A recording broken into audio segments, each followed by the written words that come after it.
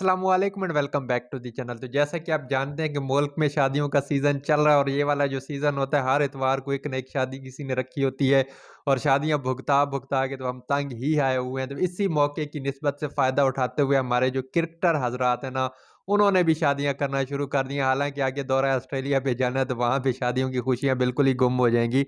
तो मैं बात कर रहा हूँ इमाम उल हक और राणा बेन स्टोक फ़हीम अशरफ साहब की जो शादी है ना, वो हमारे पास हो रही है।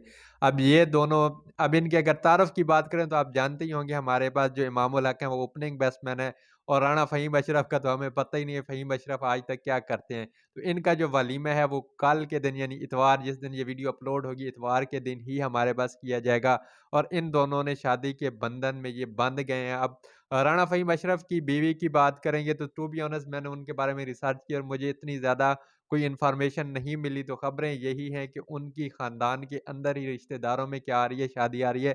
जो मोस्ट ज़्यादातर रूमर्स हैं वो यही कह रहे हैं कि वो अपने ख़ानदान में ही शादी के बंधन में बंध रहे हैं। जबकि दूसरी साइड पे अगर बात करें हमारे द पर्ची जिनको कहते हैं हमारे इमामुल हक साहब, वैसे वो पर्ची नहीं है, उनको वैसे ही पर्ची कहा जाता है। तो इमामुल हक साहब की जो शादी है वो एक पाकिस्तानी निजात खातून जो कि नॉर्वे में पली-बड़ी हैं उनके साथ हो रही है और कहा ये जा रहा है कि पहले से कोई मतलब जो नैन मटक्के वाला सिस्टम होता है वो भी चल रहा था। अब मैं इस चीज़ को बुरा नहीं कहूँगा कि हर किसी की ज़ाती लाइफ़ है जिसको जो मर्ज़ी करना चाहे।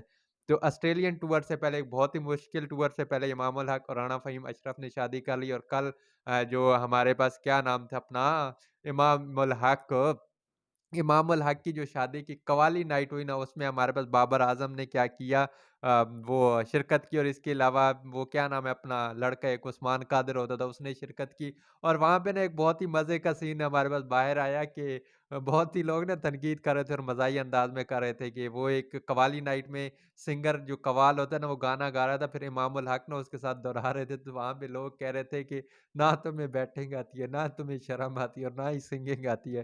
तो ये थोड़ा पर्सनल हो जाता है लेकिन मुझे मज़े का लगा तो मैंने समझा आपके साथ शेयर कर दूँ।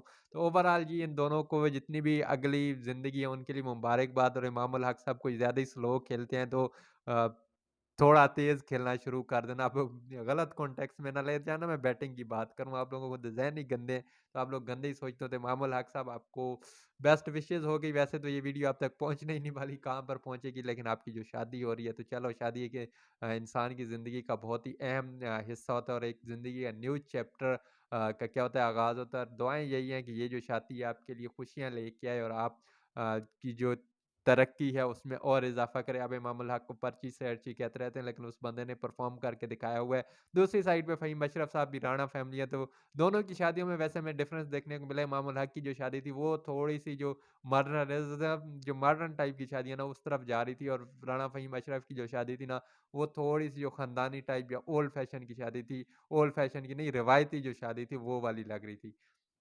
तो दोनों को भाई शादी एक फ़रीज़ा है और लाज़मी करना चाहिए और हम भी इसी इंतज़ार में ही बैठे हैं कि ये फ़रीज़ा हमारा कब अदा होता है। अभी तक तो होता हुआ नज़र नहीं आ रहा। तो ख़ैर दोनों को बहुत-बहुत मुबारकबाद हो और अल्लाह आपको अगली ज़िंदगी में और आसानियाँ दे और घर के काम-शाम करने भी आप लोगों ने सीख ही लिए होंगे, उम्मीद है यही कि सीख ही ली होंगी। तो ये थी आज की वीडियो, उम्मीद है आपको पसंद आई होगी। अगर पसंद आई है तो वही लाइक, शेयर और सब्सक्राइब ज़रूर कीजिएगा और मिलते हैं अगली किसी ऐसी वीडियो में, तब तक के लिए अल्लाह हाफ़िज़।